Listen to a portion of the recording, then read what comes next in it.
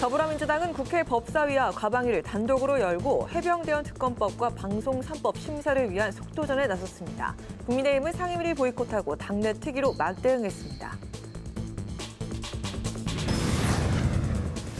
국민의힘은 경찰과 공수처의 해병대원 순직 사건에 대한 엄정하고 신속한 수사를 촉구했습니다. 쌍방울 대북송금 의혹으로 기소된 이재명 민주당 대표는 검찰의 조작 사건이라고 강력 비판했습니다.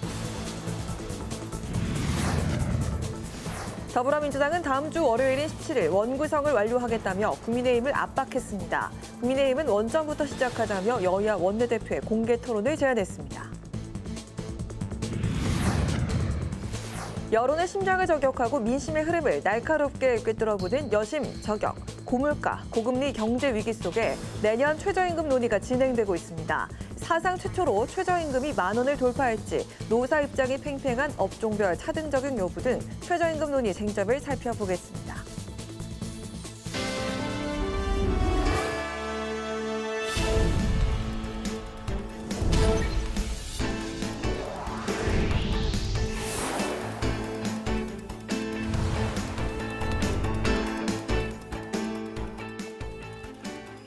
여러분 안녕하십니까? 6월 14일 금요일 국회 라이브 6 시작하겠습니다.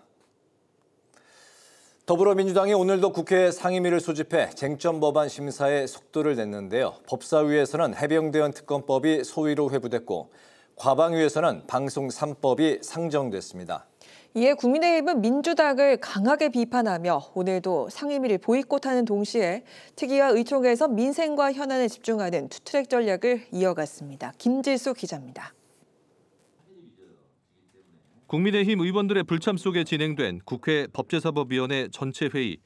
민주당 등 야당 의원들은 소위원회를 구성해 해병대원 특검법을 회부한 가운데 21일에는 특검법 입법 청문회를 열기로 하고 12명의 증인을 채택했습니다. 6개 기관으로부터의 업무 보고도 진행됐는데 박성재 법무부 장관과 신원식 국방부 장관이 불참하자 강한 비판이 쏟아졌습니다. 불출석하거나 불출석할 것으로 예상될 때는 모두 증인으로 의결해서 증언감정법에 따라서 처벌할 수 있도록 절차를 밟도록 하겠습니다. 그리고 필요한 경우는 동행 명령장을 발부하여 강제 구인하도록 하겠습니다. 같은 시각 열린 국회 과학기술정보방송통신위원회 역시 야당 의원들만 참석한 상황. 공영방송 지배구조를 개선하는 방송 3법과 방송통신위원회 의결 정족수를 4인 이상으로 규정하는 방통위법 개정안이 상정돼 심사를 앞두게 됐습니다. 이런 가운데 국민의힘은 여전히 상임위 보이콧으로 맞대응했습니다. 특히 이번 주 내내 의원총회를 개최하며 원구성 대응과 민생에 집중했는데 오늘은 김영호 통일부 장관을 의총에 참석시켜 남북관계와 관련된 최근 정세와 오물풍선 문제를 점검했습니다. 이와 함께 동해 석유가스 개발 사업의 중요성을 강조하며 에너지 안보 문제에 민주당이 협력할 것을 촉구했습니다. 약 20%의 매장 가능성이 제시가 되었습니다. 에너지 자원 안보 미래를 위해서 나아가야 되는 바로 그런 과제입니다. 한편 국민의힘은 오전에는 기후위기 대응 특위, 오후에는 의료개혁 특위와 저출생 대응 특위를 잇따라 개최하며 민주당의 입법 공세에 맞섰습니다. 국회방송 김지수입니다. 다음 달 19일 해병대원 순직 1주기가 다가오는 가운데 국민의힘이 경찰과 공수처에 신속한 수사를 촉구했습니다. 원 구성과 관련해선 원점에서 다시 협상하자며 여야 원내대표 공개 토론을 제안했습니다. 보도에 김희연 기자입니다.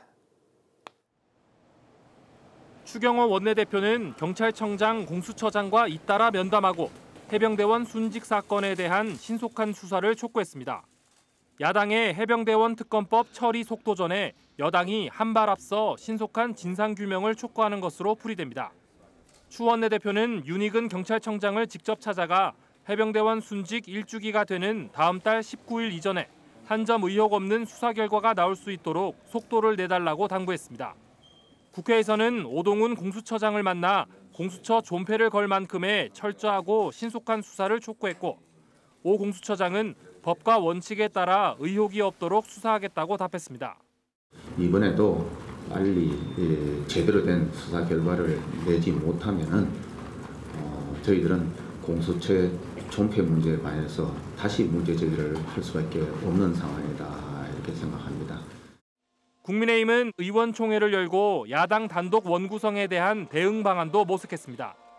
의총을 마친 뒤 추 원내대표는 법사위와 운영위, 과방위를 비롯한 11개 상임위 원구성을 백지화할 것을 주장하며 여야 원내대표 간 공개 토론도 제안했습니다. 이제 국민 앞에서 협상을 해봅시다. 민주당 박찬대 원내대표님께 원구성 협상을 주제로 국민 앞에서 공개 토론을 제안합니다. 특히 야당의 11개 상임위원장 선출부터 현재 각 상임위에서 이루어지는 법안 상정까지 무엇도 정당성을 인정할 수 없다고 주장했습니다. 국회 방송 김희연입니다. 이재명 더불어민주당 대표가 오늘 재판에 출석하면서 검찰의 쌍방울 대북 송금 의혹 기소를 조작 사건이라고 강력 비판했습니다. 한편 민주당은 다음 주 월요일 원구성을 완료하겠다며 정부 여당을 압박했습니다. 김동희 기자입니다. 이재명 더불어민주당 대표가 검찰이 자신을 쌍방울 대북 송금 의혹으로 기소한 걸 두고 있을 수 없는 조작 사건이라고 주장했습니다. 법원이 안부수 아태평화교류협회 회장 판결에선 북한에 송금한 800만 불을 대북 사업 대가라고 판단했는데 이화영 전 경기도 평화부지사에 대해선 이재명과 경기도를 위한 송금이라고 판결했다며 같은 법원 다른 재판부가 엇갈린 판단을 내렸다고 비판했습니다. 이 대표는 언론을 향해서도 검찰의 엉터리 정보는 그대로 쓰면서 그에 반하는 객관적 사실이 나와도 관심을 갖지 않느냐고 지적했습니다. 동일한 사건에 대해서 동일한 법원의 다른 재판부가 전혀 다른 판단을 해서 상반된 결론이 났는데도 왜 이런 점에 대해서 우리 언론들은 한번 지적도 하지 않습니까? 그리고 이 사건은 희대의 조작 사건으로 결국은 밝혀질 것입니다. 민주당은 다음 주 월요일 본회의를 열어 남은 7개 상임위 구성을 마치겠다는 입장을 분명히 했습니다. 쌓여있는 민생 현안을 외면해선 안 된다며 우원식 국회의장의 결단을 촉구했습니다. 국민의 혐의, 불법 무노동 생떼 쓰기에 국회 반쪽이 멈춰 있습니다. 더 이상 기다릴 여유도 없고 이유도 없습니다. 민주당은 당론으로 채택한 해병대원 특검법과 김건희 여사 특검법을 포함해 2특검 4국정조사 추진도 공언했습니다. 해병대원 순직 사건과 서울 양평도로 특혜 의혹에 이어 동해 유정 개발, 방송 장악 관련 국정조사에도 속도를 낸다는 계획입니다. 국회 방송 김동희입니다.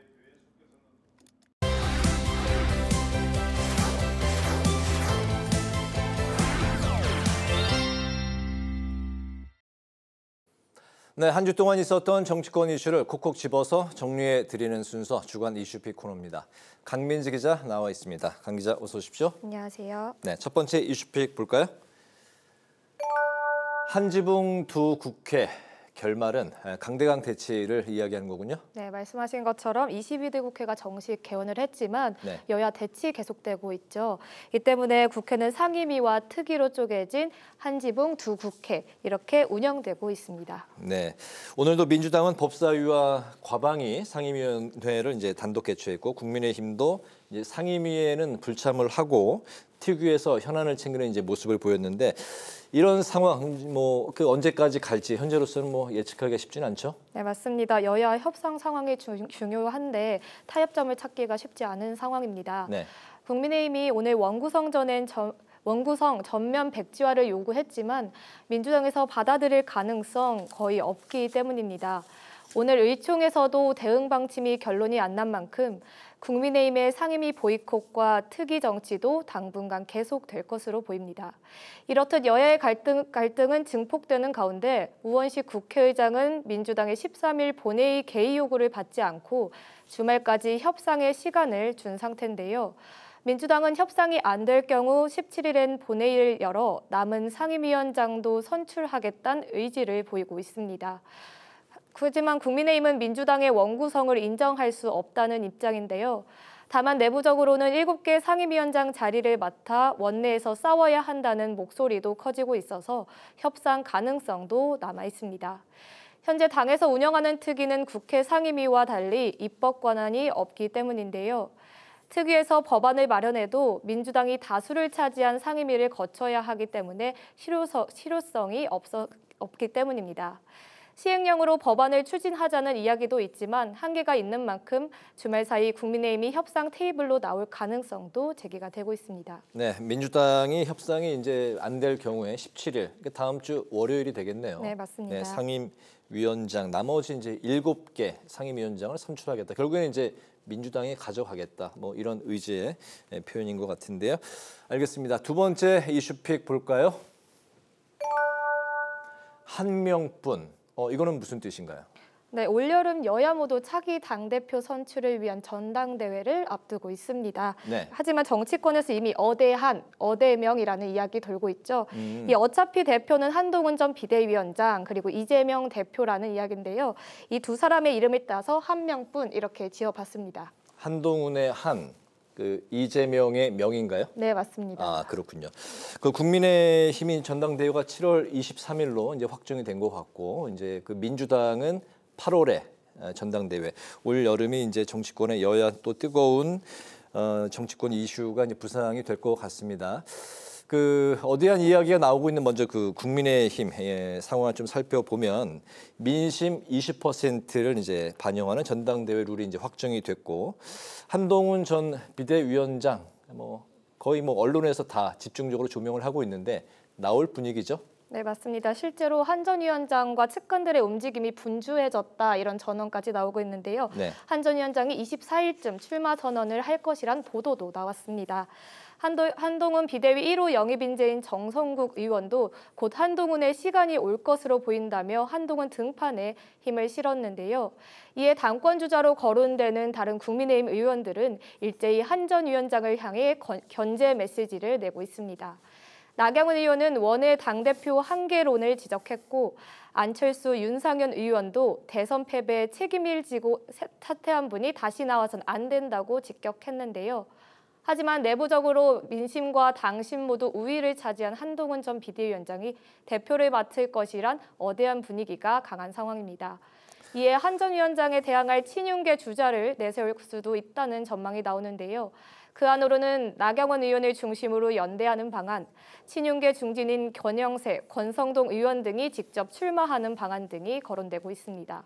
또 민주당 텃밭인 도봉갑에서 당선이 되면서 당 쇄신 적임자로 거론돼 온 김재섭 의원의 지도부 출마설도 나오고 있는데요. 당대회 선관위는 오는 20일부터 후보 등록을 받고 25일 전후로 명부를 확정했다는 방침으로 다음 주면 이런 당대표 후보군 윤곽이 전부 잡힐 것으로 보입니다. 그렇군요. 이번엔 민주당 좀 살펴보죠. 민주당은 당대표의 사퇴 시한에 예외를 두는 당규 이제 개정안을 통과시켰는데 당내에서도 비판의 목소리가 나오고 있어요. 네, 맞습니다. 당대표나 최고위원이 대선에 출마하기 전에 1년 전에 사퇴해야 한다는 규정을 당무위 결정에 따라 조정할 수 있도록 하는 내용이 당원 개정안에 담겨섭니다. 네. 기존 당원에 따르면 이 대표가 8월 전당대회에서 연임을 하더라도 27년 3월에 예정된 대선의 1년 전인 2026년 3월에는 대표직을 내려놓아야 합니다. 그렇게 되면 2026년 6월에 치러지는 지방선거 공천권을 행사할 수 없게 되는데요. 이번 개정안에 따라서는 공천권을 행사한 뒤 대선을 준비해지는 게 가능하면서 이재명 대표가 대표를 할 수 있도록 개정한 것이란 이야기가 나온 겁니다. 이에 대해 민주당 내 특히 친명계에서조차 오해의 소지가 있다며 비판하고 있는데요. 친명계 조직 7인회 소속 김영진 의원도 이재명 대표만을 위해 민주당이 존재하는 건 아니라고 직격했습니다. 이 대표도 논란이 계속되자 자신의 연임을 위한 당원 개정은 하지 않는 것이 좋겠다는 뜻을 전하기도 했지만 최고위원들이 재고를 요청하면서 결국 당무위를 통과하게 됐습니다. 네. 마지막 키워드입니다. 바로 볼까요? 네, 너무너무 그립습니다. 편지 내용인데 보면서 저도 굉장히 가슴이 아프더군요. 네, 맞습니다. 말씀하신 대로 지난해 수해 현장에서 실종자 수색을 하다가 이 숨진 해병대원의 어머니가 국방부 출입 기자들에게 보낸 편지의 내용입니다. 네. 어머니는 편지에서 아들이 너무너무 보고 싶다면서 아들의 일주기 전에 진상규명과 재발 방지 대책을 수립해달라고 요청했습니다. 다음 달 19일이 이제 최상병 순직 1주기가 되는데 정치권이 그 어머니 편지에 좀 응답을 하고 있습니까? 네, 여야 모두 진상규명에는 한 목소리를 내면서 약속을 하고 있습니다. 네. 다만 그 방법론을 놓고는 이견을 보이고 있는데요. 먼저 더불어민주당은 해병대원 특검법을 통해서 진상규명에 나서겠다는 입장입니다. 이를 위해 법사위에서 단독으로 소위로 넘겨 심사에 들어갔고 또 오늘 입법 청문회 개최와 증인 채택까지 의결을 했습니다. 민주당은 법사위원장을 확보한 만큼 7월 초 본회의에서 특검법을 처리한 뒤 윤 대통령이 거부권을 행사하면 순직 1주기쯤 재표결에 나선다는 계획입니다. 해병대원 어머니의 편지와 1주기를 계기로 시민사회에서 쏟아질 진상규명 여론을 지렛대 삼아서 재의결을 추진할 수 있을 것이란 자신감이 있는 겁니다. 이에 국민의힘은 여권의 우호적인 여론을 이끌어내려는 메시지를 연일 내며 대응에 나서고 있는데요. 추경호 원내대표는 어제 어머니에게 답신을 보내면서 엄정한 수사 결과 발표를 촉구했고 또 잘못이 있는 자들을 일벌백계 하겠다고 약속했습니다. 또 리포트에서 보셨듯이 오늘도 경찰청장과 공수처장을 만나면서 특검보다 수사에 초점을 맞춰야 한다는 점도 명확히 했습니다. 하지만 범야권으로 묶이는 조국혁신당과 개혁신당도 어제 해병대 예비역들을 만나 해병대원 특검과 국정조사에 힘을 실는 등 야권의 압박이 거세지고 있는 상황입니다. 네, 더불어서 이제 박정훈 대령에 대한 선초도 어머니가 이제 편지 내용에 담았는데 정치권이 얼마나 이제 어머니 편지 내용을 또 반영을 할지 좀 궁금하고 지켜볼 필요가 있을 것 같습니다. 오늘 주간 이슈픽 여기까지 듣겠습니다. 강민지 기자와 함께했습니다. 수고 많으셨습니다.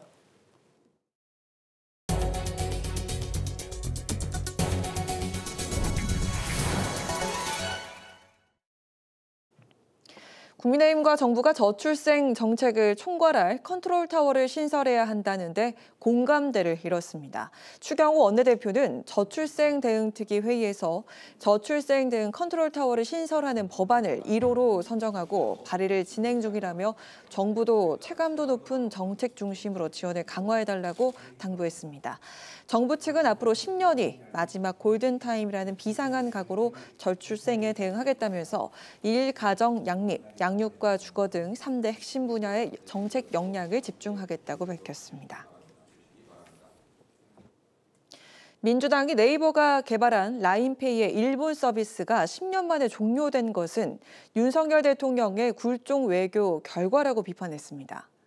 황정화 대변인은 라인페이 종료와 함께 일본 정부가 라인 야후에 네이버 지분 청산을 요구하는 것을 언급하면서 일본의 노골적 움직임에도 윤 대통령은 관전만 하고 있다고 지적했습니다. 황 대변인은 일본 정부를 향한 규탄과 정부의 대책 마련을 촉구하기 위해서 국회 차원의 결의안을 추진해야 한다고 강조했습니다.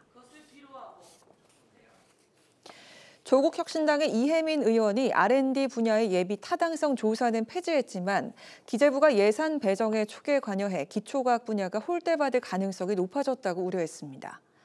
이 의원은 기획재정부가 예타를 폐지하고 편성과 심의 과정에 개입하게 되면 경제 논리에 맞는 과학 예산만 편성할 수 있다며 오히려 기초과학이 허물어진 상황이 될 수 있다고 설명했습니다. 한편 이 의원은 AI가 점점 확산되고 있지만 사람이 중심이 되어 돌아갈 수 있는 사회를 만들기 위해 노력하겠다고 밝혔습니다. 우원식 국회의장이 이종찬 광복회장을 접견하고 정부가 육군사관학교 내에 있는 홍범도 장군 흉상 이전 계획을 철회하지 않은 것에 유감의 뜻을 밝혔습니다. 독립운동가 김한 선생의 외손자이자 홍범도 장군 기념사업회 이사장인 우 의장은 독립운동의 역사를 높이 평가하며 왜곡된 이념으로 역사를 폄훼해선 안 된다고 강조했습니다. 이종찬 광복회장도 정부의 독립영웅 흉산 이전 계획의 백지화를 정부에 촉구했다며 선현들의 정신을 올바르게 국민에게 알리겠다고 밝혔습니다.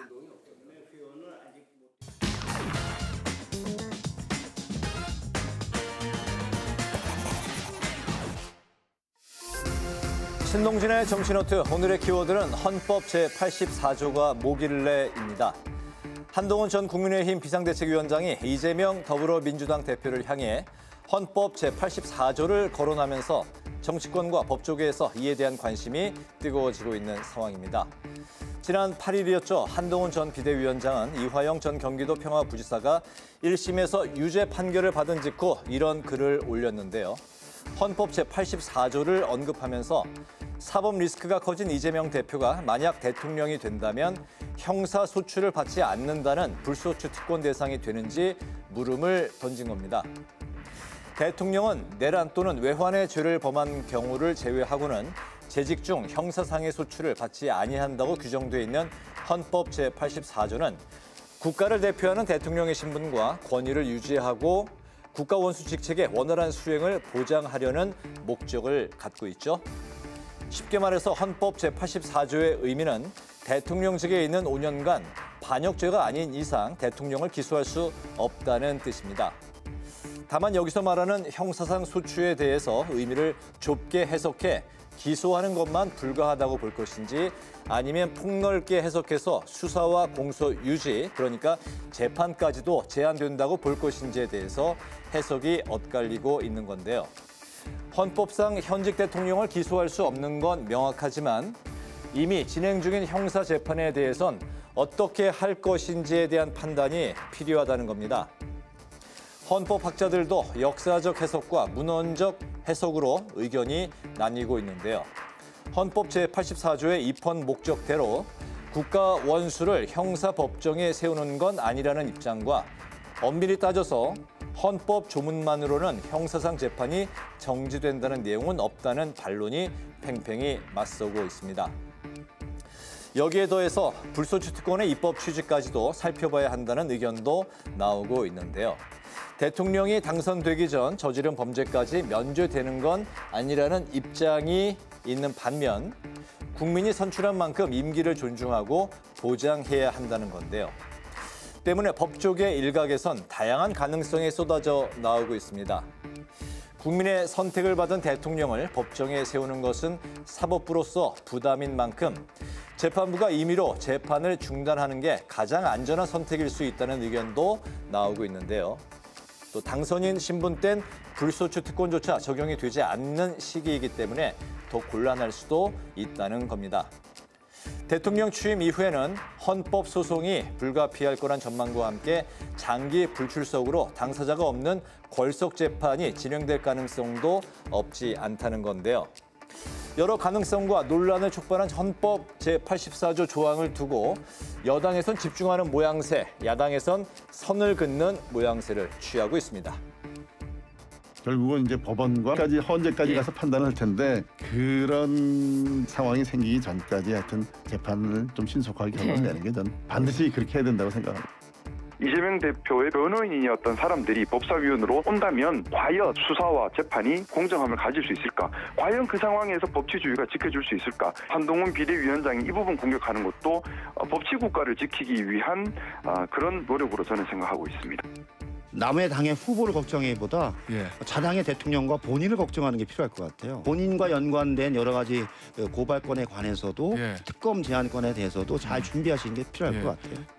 미래 가정적 어법으로 이재명 당대표와 관련된 부분을 상당히 어떤 정당성이라든가 당위성에 대한 것을 훼손하기 위한 하나의 프레임이라고 봅니다. 대립각으로서의 자신을 부각시키는 모습으로 좀 등장했다고 봅니다.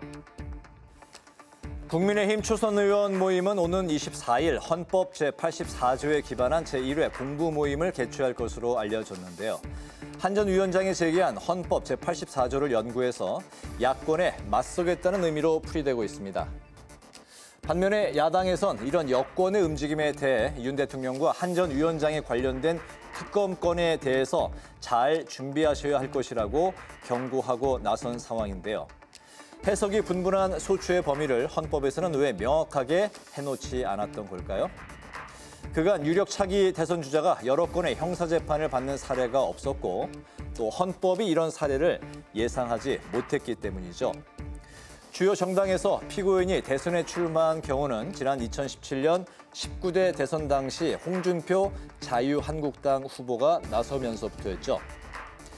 정치자금법 위반 혐의로 기소돼 대법원 상고심 판결을 남겨두고 있었던 상황이었는데요. 당시에도 헌법학자들의 의견이 엇갈렸지만 홍 후보가 선고에서 낙선하고 무죄 확정 판결을 받으면서 논란은 수그러들었습니다. 주요 국가 중 대통령 불소추 특권을 인정한 나라는 프랑스 정도인데요. 재판은 중단되지만 대통령 임기가 끝나면 재판이 재개된다고 명시가 돼 있습니다. 때문에 우리도 명확하고 구체적인 헌법 규정이 필요하지만 개헌이 필요한 데다 현재로서는 쉽지 않다는 게 중론인데요. 법조계 일각에선 면책 특권을 주장하고 있는 도널드 트럼프 미국 전 대통령의 사례와 닮은 꼴이라는 의견도 나오고 있습니다. 트럼프 전 대통령은 11월에 있을 미국 대선에서 당선이 유력한 공화당 후보지만 2021년에 있었던 미 의회 점거 등 총 4건의 형사 재판을 받고 있기 때문인데요. 한동훈 전 위원장이 쏘아올린 헌법 제84조 논란, 대선 전에 마무리가 되려면 법원의 책임감 있는 판단이 필요해 보이는데요. 헌법 제84조 논쟁에 대한 여러분의 생각은 어떠십니까? 지금까지 신동진의 정치 노트였습니다.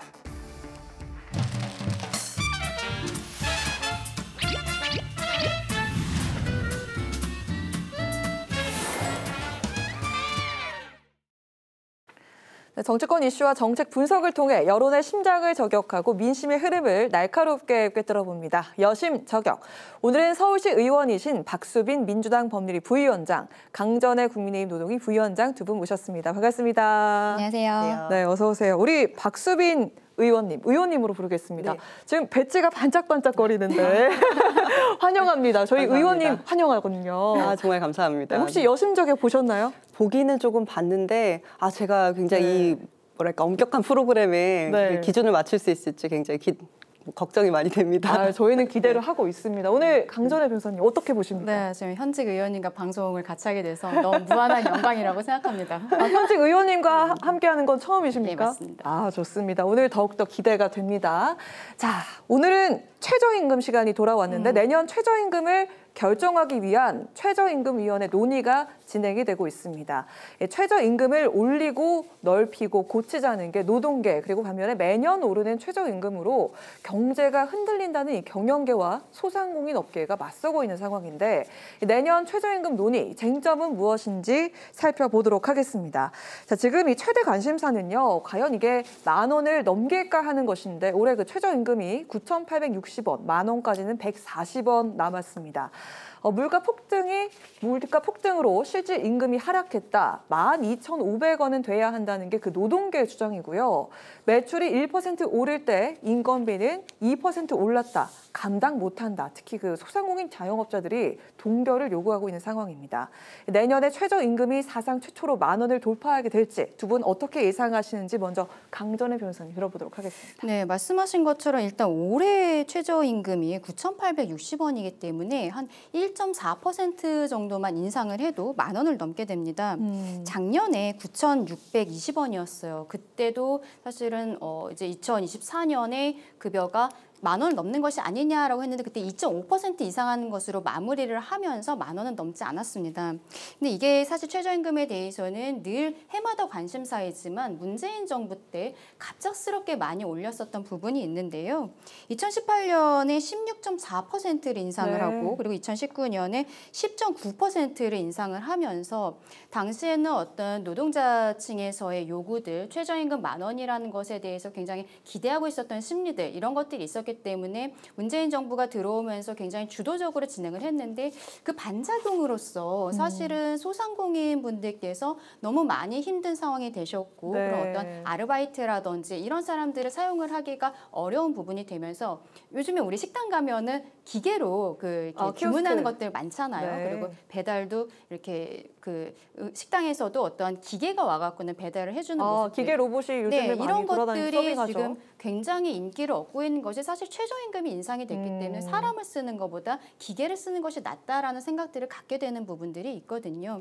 이런 부분에서 말씀하신 것처럼 지금 10,000원이 넘을 것인가? 저는 가능하지 않나라고 생각을 합니다. 16%, 10% 이렇게 2018년, 2019년 올랐는데 그 이후에도 가장 적게 올랐을 때가 1.5%였었거든요. 보통 2%에서 5% 정도씩 매년 인상이 되었기 때문에 지금 1.4%라는 부분이 남겨둔 것은 작년에서 올해로 넘어올 때도 10,000원 이하가 나왔던 만큼 올해도 아마도 이제 좀 여러 가지 논의는 있겠습니다만 10,000원은 조금 넘게 되지 않을까라고 생각하고 있습니다. 네, 1.42% 인상이 되면 10,000원이 됩니다. 그럼 한번 들어보도록 하겠습니다. 박수빈 위원님.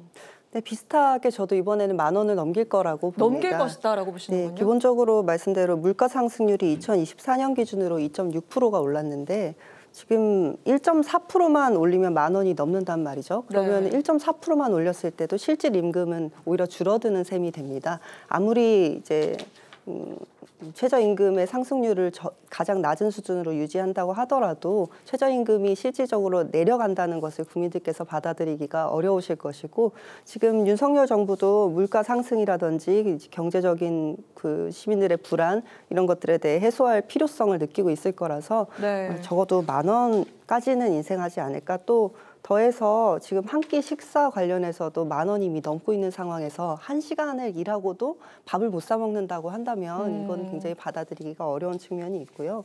또 더불어서 지금 최저임금위원회의 진행 상황을 보면 노동계에서도 많은 양보를 이루면서 합의를 좀 이끌어가려는 분위기가 있어서요. 그만큼 양보를 이루어낸 만큼 어느 정도는 인상이 있을 거다. 저는 이렇게 생각하고 있습니다. 두 분 다 일단 그 10,000원은 넘을 것이다. 최소한 10,000원 넘을 것이다. 이렇게 얘기하셨는데 그렇다면 각각 생각하시는 합리적인 최저임금은 얼마 정도 되는지 한번 들어볼까요? 그건 아무래도 최저임금위원회 자체도 굉장히 긴 고민을 하고 거의 항상 그 마지막에 되어서야 결정이 되지 않습니까? 그런 부분들이 있는데 올해 같은 경우에는 조금 더 특별하게도 소상공인 여러분들께서 굉장히 큰 목소리를 내고 계세요.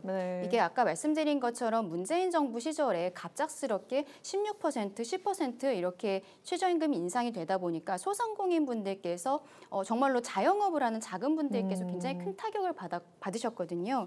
그런데 우리가 사실은 최저임금 법에서요.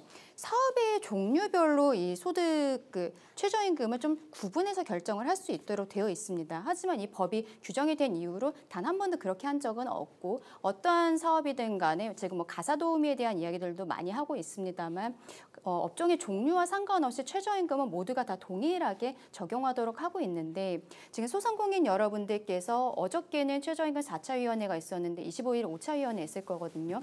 이날 국회 앞에서 대규모로 집회를 하신다고 지금 그것을 예고를 하고 있는데 이분들께서 원하시는 것은 기본적으로는 동결로 보입니다. 인하라고도 이야기하시지만 말씀드린 것처럼 지금까지 한 번도 우리가 인하가 된 적은 없어요. 그리고 뭐 계속적으로 물가 상승이 있기 때문에 인하라기보다는 이분들께서 가장 원하시는 것은 동결로 보이는데 그 부분에 대한 어떠한 의견 개진을 위해서 국회 앞으로 오신다고 하거든요. 글쎄요, 지금 소상공인 분들께서 생각하시는 부분, 그동안에는 어떤 대기업이라든지 경영계에서의 목소리가 컸는데 소상공인 분들께서 이야기하고 또 노동계에서는 지금 12,500원 정도를 제시를 하고 있는데 여기에 대해서는 일단 첫 번째 제시라는 것은 그 이후에 좀 깎을 수가 있는 부분이어서 그 정도까지 가지는 않을 것으로 보입니다. 앞으로 소상공인 여러분들에 대한 목소리를 조금 더 청취하게 되지 않을까. 그리고 업종별로 이 차등으로 금액을 하는 것에 대해서 5차 위원회에서 조금 더 심도 있게 본다고 하거든요. 그걸 좀 지켜봐야 될 것 같습니다. 네, 말씀하신 것처럼 소상공인 한 1,500명 정도가 25일에 여의도에 집결을 한다고 하고 또 그리고 그 12,500원 정도 돼야 한다는 게 노동계 주장인데 의원님께서 생각하시는 합리적인 최저임금 얼마입니까? 네, 말씀대로 얼마가 가장 적절한가에 대해서는 굉장히 논의가 다양하고 선을 정하기는 저도 제한하기는 어렵다고 생각합니다. 마음 같아서는 다 올려주면 좋겠죠. 근데 소상공인들의 어려움이나 지금 코로나 시기보다 더 힘들다는 아우성이 있기 때문에 그 부분은 고려를 해야 될 것입니다.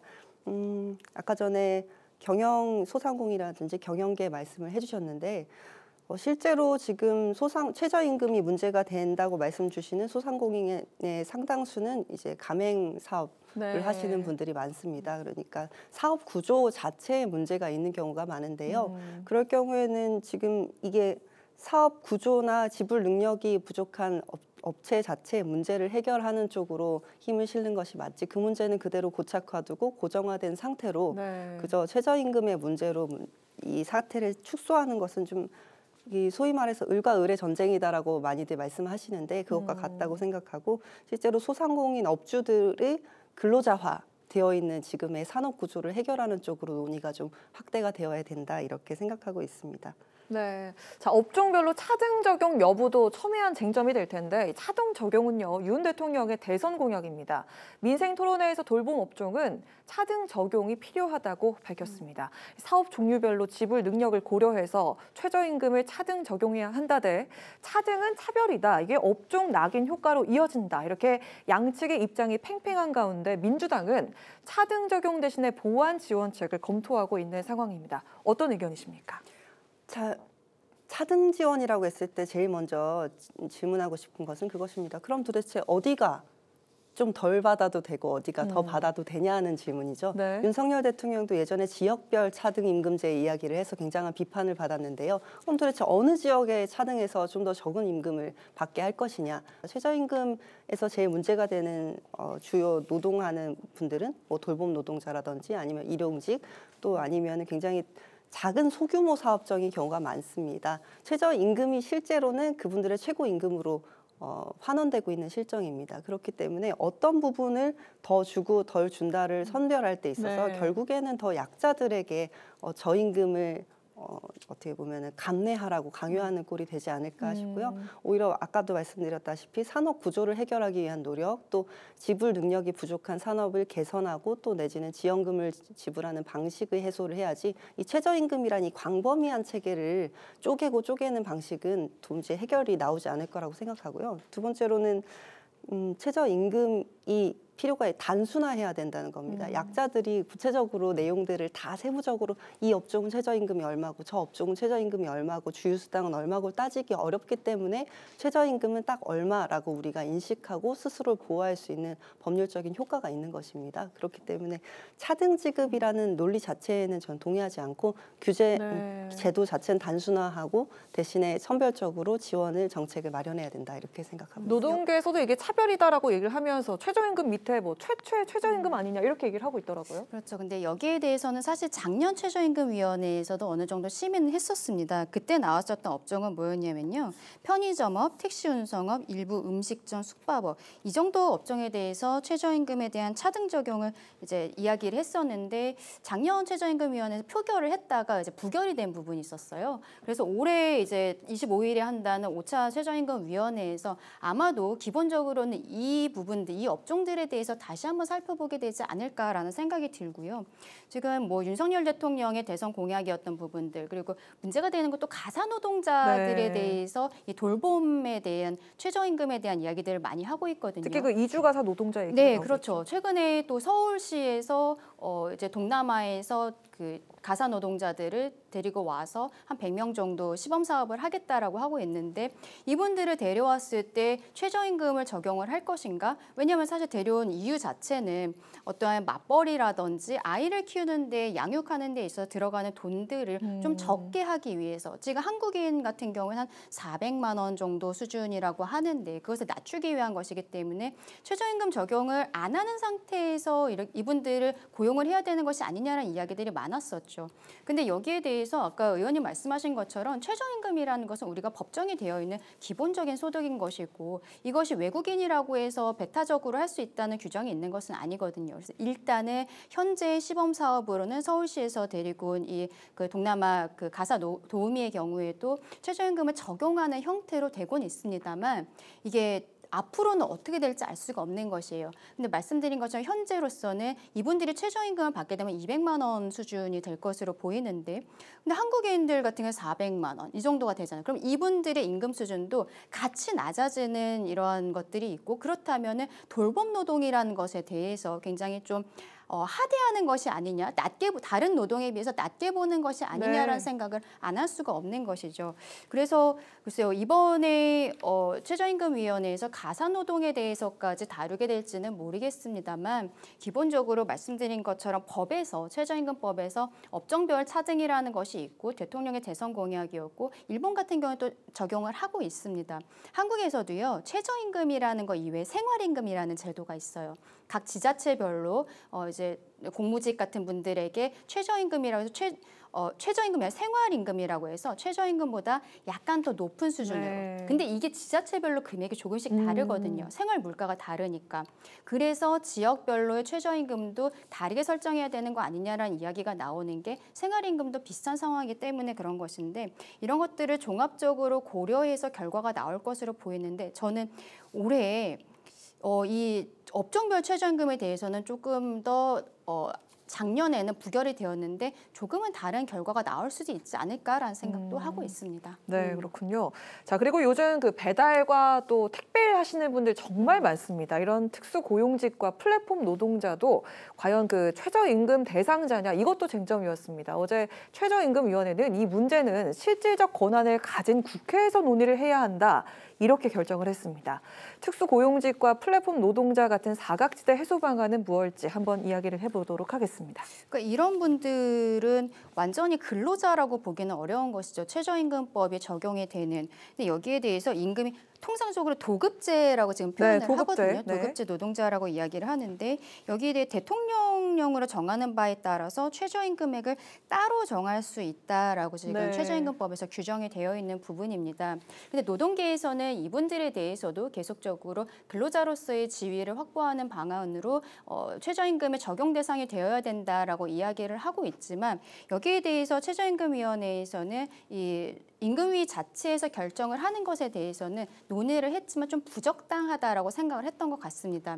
그럼에도 불구하고 일단은 이번에 최저임금을 결정한 이후에 이 위원회에서 논의를 이어나가겠다라고 하고 있거든요. 네. 그래서 사실 노동계에서는 포함이 되기를 바랬지만 이분들의 어떤 안건 자체가 본격적으로 최저임금위원회에 올라갔다는 것 자체를 좀 높게 평가하고 있다라고 제가 언론에서 보고 있는데 그래서 이게 다른 나라 뉴욕 같은 데에서도 한 3년 정도의 기간이 걸려서 이러한 배달 노동자들에 대해서 최저임금을 적용을 하고 이런 것들이 있다라고 알고 있는데 우리의 현실에서도 결국에는 저는 이것도 보편적 복지의 하나라고 생각을 합니다. 이분들에 대해서 우리가 법 안에서 조금 더 보호해줘야 되는 부분들이 있는 것이거든요. 그렇게 가야 하는 것은 맞지만 여기에 대한 부담은 결국에는 이제 뭐 플랫폼 회사라든지 이런 데들이 지는 부분들 그리고 소상공인들이 이분들에 대해서 비용을 지급을 하는 것이지 않습니까? 이런 부분들이 있기 때문에 조금 더 심도 있게 논의를 해야 되고 소상공인 분들이 어려운 것이 이번 최저임금을 결정하는 데 있어서는 가장 크게 고려되어야 되는 부분이 아닌가 다시 말씀드려야 될 것 같습니다. 네, 그 배달 라이더, 배달 기사 하시는 분들이 최소한 그 법의 테두리 안에 들 수가 없는 게 근로계약서조차 없다고 하더라고요. 맞습니다. 지금 굉장히 많은 논의를 해주셨는데요. 최저임금과 관련해서 가장 문제가 되는 논의는 지금 뭐 도급제 고용도 얘기하셨지만 이미 우리 산업 구조가 최저임금이 근간으로 하고 있는 근로기준법이 보장하고 있던 구조와 너무 달라졌다는 데 있습니다. 지금 특고와 이제 특수 플랫폼 노동자의 경우에 2022년 기준으로 847만 명 정도 된다고 해요. 어마어마한. 네, 굉장히 많은 숫자고 자영업자가 700만 명 정도로 추산되니까 상당수의 노동자들이 이미 플랫폼 노동랑 특고로 많이 넘어와 있다고 보시면 되는데요. 네. 이런 경우에 지금 우리 현재 최저임금법이 근간으로 하고 있는 근로기준법을 유지하는 그 틀에서 이제 말을 하는 것이 적당하냐에 대한 논의가 저는 시작되어야 된다고 봅니다. 민주당에서 그래서 최근에 일하는 사람 기본법이라는 법률도 제출함으로써 이 사각지대에 있는 근로기준법의 사각지대에 있는 이제 노동자들 어떻게 보호할 것인가에 대한 이야기를 하고 있는데요. 이 최저임금위원회로 논의가 진행이 되면 언제나 을과 을의 전쟁입니다. 지금 최근에 배민과 같은 경우에도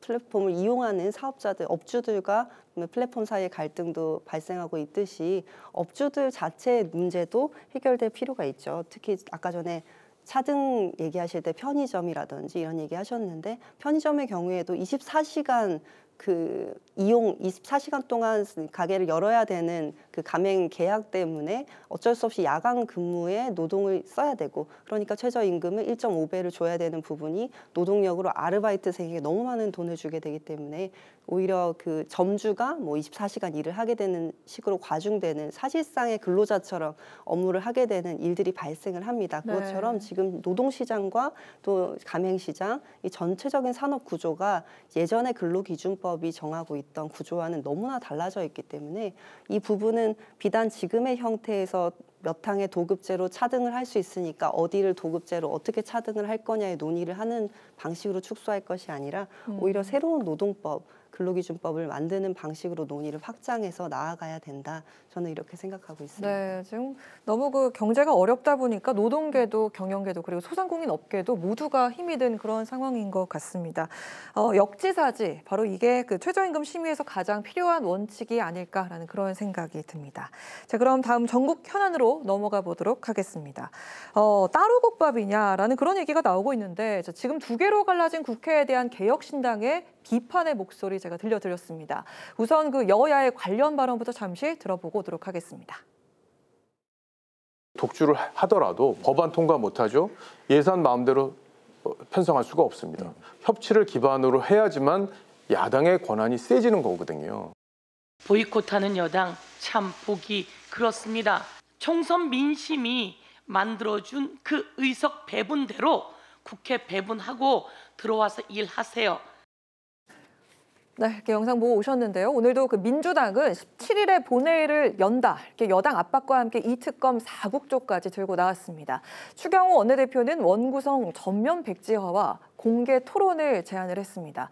당장 해병된 특검법도 있고 여야 모두 힘겨루기만 하고 있을 수는 없을 것 같다는 생각이 드는데요. 자, 두 분의 입장을 들어보도록 하겠습니다. 이번에 먼저 박수빈 의원님 들어보도록 할까요? 먼저 우선 저희 서울시 의회를 예를 들어보면 국민의힘이 76명, 민주당이 36명입니다. 지금 국회와 정반대 상황이라고 할 수 있겠는데요. 저희는 비슷하게 11개 상임위 중에 7개 상임위를 국민의힘이 가져가고 나머지 3개 상임위를 민주당이 받아서 일을 하고 있습니다. 실제로 통과될 때 저희가 할 수 있는 일이 많진 않죠. 그렇지만 그 국민의 뽑아주신 권한을 가지고 우리가 제대로 일을 하고 정해진 절차대로 일을 해 나가는 것이 우리의 책무라고 생각하고 있습니다. 마찬가지로 이거를 해결하기 위한 문제의 시급성, 돌파구는 어디 있을까를 생각해 보면 지금 민주당이 비단 모든 알짜 상임위를 다 가져가고 나서 들어오라고 하는 것도 아닙니다. 지금 제일 현안이 되고 있는 국방위원회 그리고 이제 외교통일위원회 또 공매도가 있는 정무위 그러니까 지금 오물풍선이 넘어오고 있고 북러 정상회담이 있는 이 상황에서 현안을 해결해야 한다는 시급성을 이유로 삼아서라도 저는 지금 국민의힘이 국회로 돌아오는 것이 맞고 이 돌파구를 만들어야 된다고 생각을 하고 있습니다. 사실상 이렇게 들어왔을 때 국민 누구 반하거나 이건 좀 잘못된 결정이라고 비난할 사람이 저는 없을 거라고 생각하고 내심 국민의힘 의원님들께서도 이 원내로 돌아오는 것에 대해서 찬성하시리라고 기대하고 있습니다. 네, 지금 아까 그 영상을 보고 와서 제가 또 생각이 들었던 건데 이 박정훈 의원과 서윤교 의원이 같은 날에 저희 프로그램 전화 연결한 후에 또 출연하셨는데 굉장히 이 스튜디오 내 분위기가 싸늘하고 차갑고 좀 공격적이다라는 그런 생각이 들었거든요. 지금 현재 국회 정국을 좀 보여주는 것 같았습니다. 자, 그럼 강전혜 변호사 이야기 들어볼까요? 네, 지금 서로 간에 뭐 대화도 되지 않는 상황이기 때문에 더 그렇게 차갑게 느끼셨을 것 같은데요. 네. 지금 추경호 원내대표 같은 경우에는 민주당에 공식적으로 대화를 하자, 국민들 앞에서 대토론을 하자라고 제안을 했는데 사실상 국민의 입장에서는 이 방법밖에 없지 않나라는 생각을 하고 있습니다. 지난주에도 나와서 거의 비슷한 이야기를 했는데 국민의힘에서 이야기하고 있는 것은 그동안의 국회에서의 관행이라는 것, 이 원내를 구성을 하는 데 있어서 제일 그 의원이 많은 1당에서 국회의장을 가져가고 2당에서 법사위원장을 가져가고 그리고 어쨌든 여당 쪽에서 1당이든 2당이든 간에 운영위를 가져가는 것, 이게 그동안의 국회의 관행이었었단 말이죠. 근데 민주당에서는 이러한 관행들을 무시를 하고서 국회법에 있어서의 규정은 근데 사실은 그냥 본회의에서 결정을 할 수 있는 부분이고 민주당이 지금 워낙 과반이기 때문에 혼자서 결정할 수 있는 것이 맞습니다. 그러한 상황에서 국회의장은 원래대로 1당이니까 민주당이 내부에서 했는데 가장 문제가 됐던 건 사실은 법사위원장이었었던 것이죠. 그래서 추경호 원내대표도 법사위원장만 준다면 운영위는 좀 포기할 생각도 있다라고 했지만 민주당 측에서는 더 이상의 대화를 하지 않고 18개 상임위 중에서 11개를 가져왔는데요. 이것도 좀 재미있어요. 법대로 하겠다 하면 18개 한 번에 민주당에서 다 가져갈 수 있었거든요.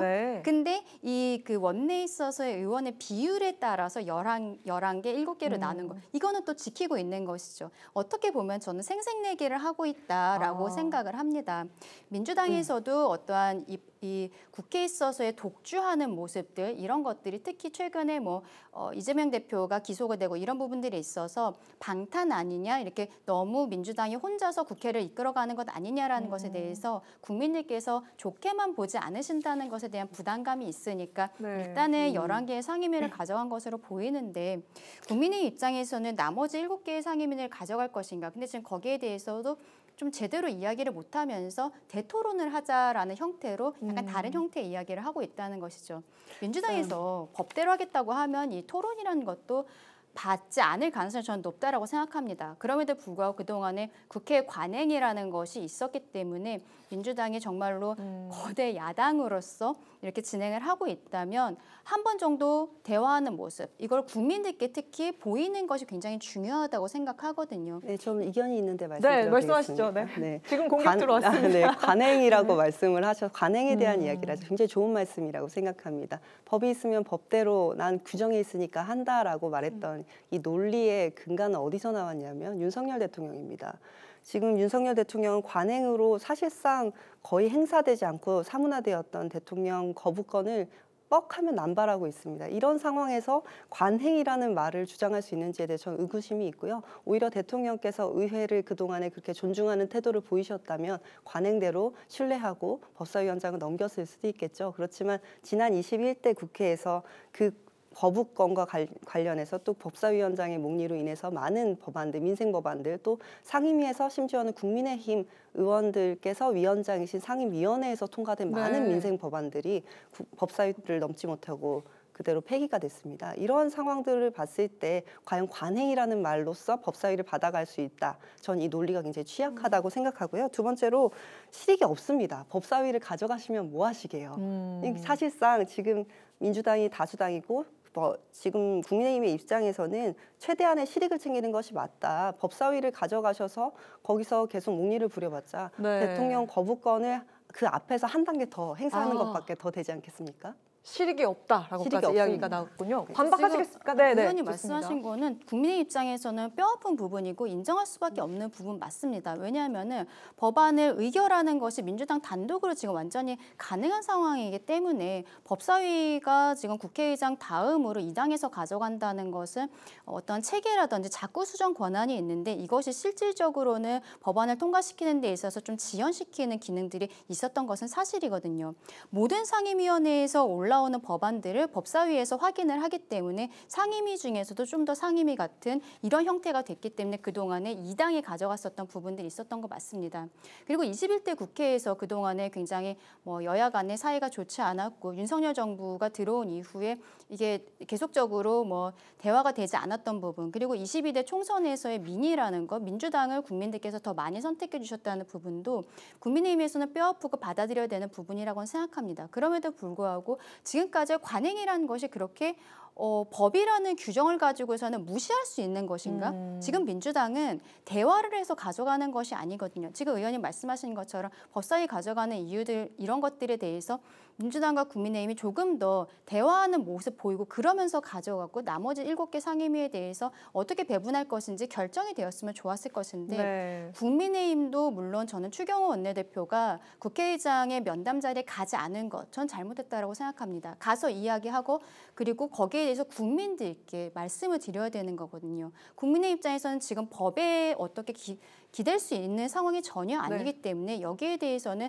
답답한 마음 그리고 민주당이 폭주하는 것에 대해서 국민들께 말씀드리는 것 이외에는 더 이상 방법은 없는 상황이다. 국민의힘도 상임위와 10초 드리겠습니다. 지금 상임위 관련해서 지금 굉장히 중요한 현안이 많은 국방이라든가 정미라든가 외통위 같은 부분에 상임위를 열지 못하고 있는 부분에 대해서는 책임감을 느껴야 됩니다. 네, 저희 시간이 다 다 됐는데 너무 흥미진진해서 좀 더 들어봤거든요. 저 강전혜 변호사께 여쭙고 싶은 말도 있었는데 저희 딱 30초만 들어봐도 되겠습니까? 그 전대를 당심 대 민심 8대2로 정해졌는데 제가 기억하기에 지난주 7대3 예상했었습니다. 거의 비슷하네요. 어떻습니까? 그렇죠. 왜냐하면 그동안에 7대3으로 하다가 김기현 대표 체제가 들어올 때 당심 100%를 변경을 했었던 것이거든요. 근데 여기에 대한 어떠한 반성적 고려 그리고 민심을 조금 더 반영해야 되지 않나라는 이야기들이 있어서 근데 저는 돌아온다면 새로운 룰을 하기보다는 기존에 했었던 당심 7 그리고 민심 3이 가장 좀 무난하지 않았을까라고 생각을 했습니다. 네. 그런데 이번에 8대2로 결국 결정이 났는데 여기에 있어서는 그동안의 총선 과정에서 사실 당심 자체도 흔들렸던 부분들이 좀 보였던 게 사실입니다. 부산과 이제 대구 쪽에서 좀 이런저런 일들이 있으면서 그 부분에 있어서 당원들께 조금 더 다가가는 축제로서의 전당대회를 준비하기 위해 8대2라고 한 것이 아닌가라고 생각합니다. 감사합니다. 저희 마무리할 시간이 됐습니다. 박수빈 의원님 소감 30초 부탁드리겠습니다. 네, 저 생방송은 처음이었는데요. 처음이셨군요. 긴장을 많이 했는데 그래도 잘했는지 모르겠습니다. 다음에 또 불러주시면 감사하겠습니다. 네, 다음에 또 뵙도록 하겠습니다. 자, 그럼 마무리하겠습니다. 지금까지 박수빈 민주당 법률위 부위원장, 강전혜 국민의 노동위 부위원장과 함께한 여심저격 시간이었습니다. 오늘 두 분 고맙습니다. 감사합니다. 네, 오늘 국회 라이브 6 여기까지입니다. 시청해주신 여러분 고맙습니다. 편안한 주말 보내십시오.